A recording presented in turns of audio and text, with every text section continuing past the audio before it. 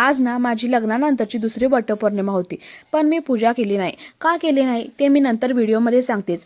पण हे चिखलाचे बैल का बरं दिसत आहेत ते आधी सांगते. कारण मी माहेरी आले होते आणि माझं माहेर कर्नाटकात असल्यामुळे येथे बेंदूर आणि वटपौर्णिमा एकाच दिवशी होती. त्यामुळे दोन्ही सणाची लगबग घरामध्ये चालू होती. इथे माझे पप्पांना पिंपळाच्या पानाचे तोरण बनवत होते.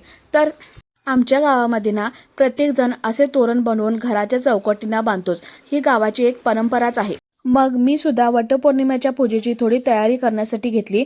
यामध्ये मी हे छोटे छोटे काळे मणी मोठ्या धाग्यामध्ये ट्रान्सफर करत होते. खरं तर हे खूप मोठं काम असतं, कारण हे मणी एकदम छोटे छोटे असतात. पण माझ्याकडे सोय होती म्हणून हे पटपट आवरलं गेलं.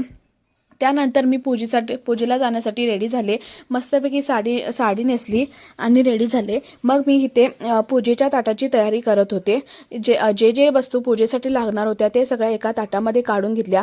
त्यामध्ये बायकांना ओटी घालण्यासाठी फळे, खाऊची पाने, फुले, त्यानंतर हळदी कुंकू, साखर, अक्षता, कापूर, अगरबत्ती, वडाला फेऱ्या मारण्यासाठी लागणारा धागा, त्यानंतर त्या पुड्यामध्ये जे काही आलं होतं, त्या बांगड्या, हळदी कुंकू ते सगळंच घेतलं.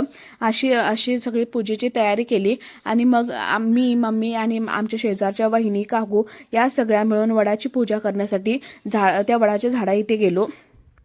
चला तर मग मी सांगते मी पूजा का केली नाही ते. खरं तर मी प्रेग्नेंट आहे आणि प्रेग्नेंट असताना वडाच्या झाडाला फेऱ्या मारणे किंवा पूजा करणे हे योग्य नाही असं म्हटलं जातं. म्हणून मी पूजा केली नाही, फक्त उपवास तेवढा केला. मग इथे मम्मीने मात्र जे काही आणलं होतं साहित्य त्याने सगळं झाडाला व्यवस्थित ओवाळून पूजा वगैरे केली, झाडाला फेऱ्या वगैरे मारल्या.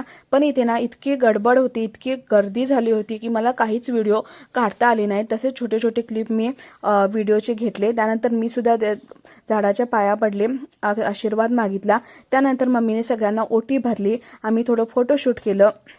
मग म्हटलं गावच्या देवींना जाऊन येऊया, बाहेर आलोयच तसं. तर मग रेणुका देवीचं आणि अंबाबाईचं दर्शन घेतलं आणि घरी आलो.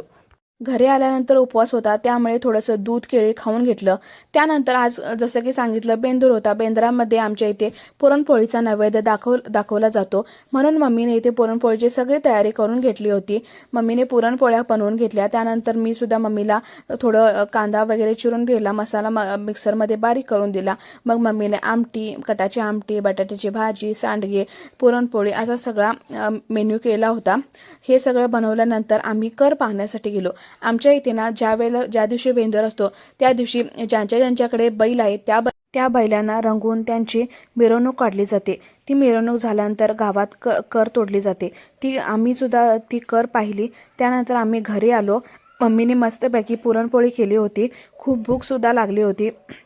मग मस्तपैकी पुरणपोळी एन्जॉय केली. असा होता माझा आजचा दिवस. तर कमेंट करून नक्की सांगा तुम्हाला कसे वाटले आमच्या इकडचा बेंदूर आणि वटपौर्णिमा. Thanks for watching.